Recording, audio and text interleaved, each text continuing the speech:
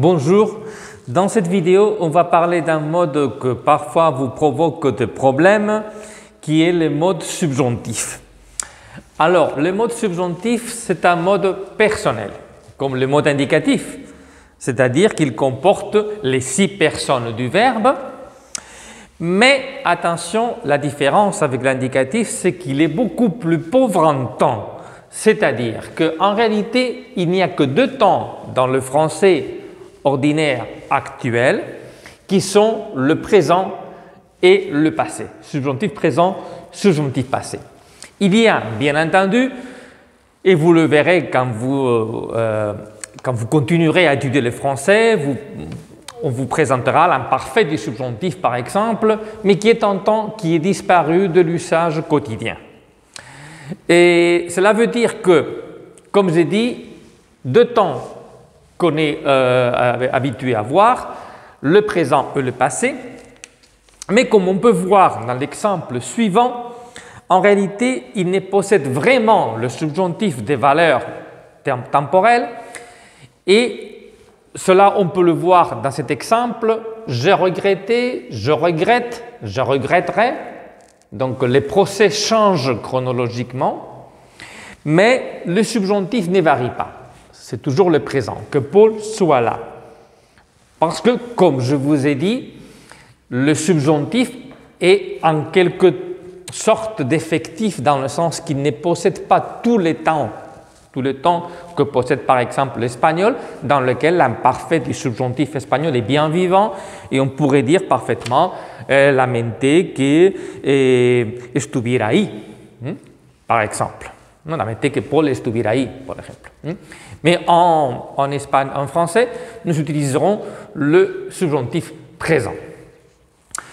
Le subjonctif, on dit souvent qu'il est le mode de la subordination. Cela ne veut pas dire qu'il est présent dans tous les subordonnés, mais le subjonctif est présent pratiquement toujours en subordonné. Néanmoins, il y a certains cas où nous pouvons le voir dans des propositions indépendantes. Je vous ai mis un exemple. Que le ciel vous protège. Un des exemples, un des cas où le subjonctif apparaît dans une proposition indépendante. Mais en général, comme je vous disais, le subjonctif apparaît en proposition subordonnée. On dit aussi que dans les subordonnés, le subjonctif apparaît quand l'idée de possible se présente. Cela est une proposition, est une idée un peu discutable, mais on peut au moins partiellement l'accepter. Et dans ce cas, on peut analyser l'exemple suivant. Il est possible que Paul vienne face à il est probable, il est certain que Paul viendra. C'est-à-dire que l'idée de possible s'exprime fondamentalement avec le subjonctif, tandis que la probabilité, la certitude va être exprimée avec l'indicatif. Bien. Encore un autre usage du subjonctif, c'est quand il se présente avec des expressions qui dépendent des phrases impersonnelles, comme c'est le cas ici. Il faut que, mais aussi, où il est triste que, mais aussi toujours, on vous a dit que le subjonctif s'exprime quand il y a de verbes de volonté ou des sentiments. Alors c'est pour ça que je vous ai présenté d'une part la même idée, comme on peut voir ici dans Il est triste, exprimée avec une expression impersonnelle ou exprimée ici avec un verbe en forme personnelle. C'est-à-dire là, l'idée de triste exprimée de cette façon, il est triste qu'il parte, mais nous sommes tristes qu'ils partent ou nous sommes contents qu'ils partent. Que ce soit exprimé d'une manière ou d'une autre, c'est l'idée de volonté ou de sentiment. Bien. Là aussi, vous avez étudié que quand vous niez un verbe de pensée, encore une fois, le subjonctif apparaît. Toujours l'idée d'incertitude. Je crois que Paul vient, mais je ne crois pas que Paul vienne.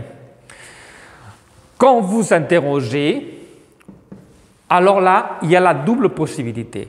Ou bien, penses-tu que Paul vienne ou penses-tu que Paul viendra?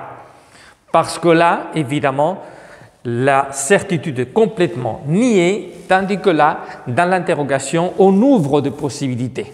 Et c'est pour ça que vous avez aussi cette double possibilité indicatif-subjonctif.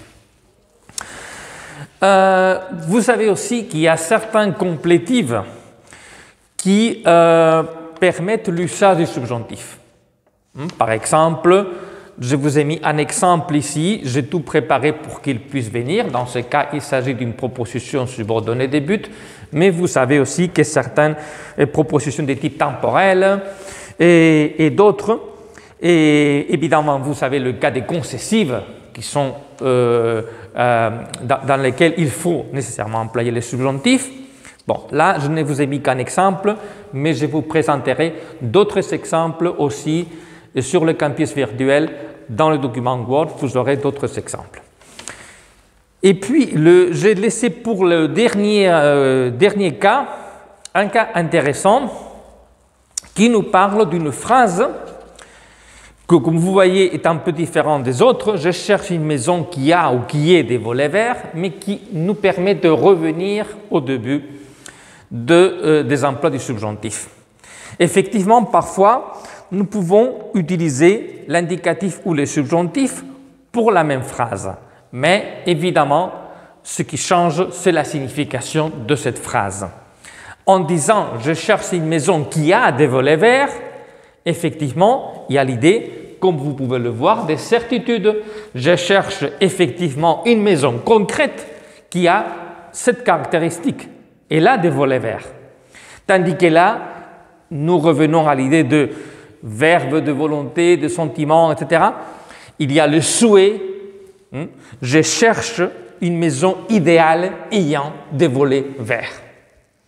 Alors, comme conclusion, vous avez vu que le mode subjonctif est le mode fondamental de la subordination et que il y a l'idée de possible et l'idée de sentiment, de volonté, etc., qui est implicite dans la plupart des cas. Bien, je pense que comme introduction au mode subjonctif, ça vous suffit. Et bien, c'est tout.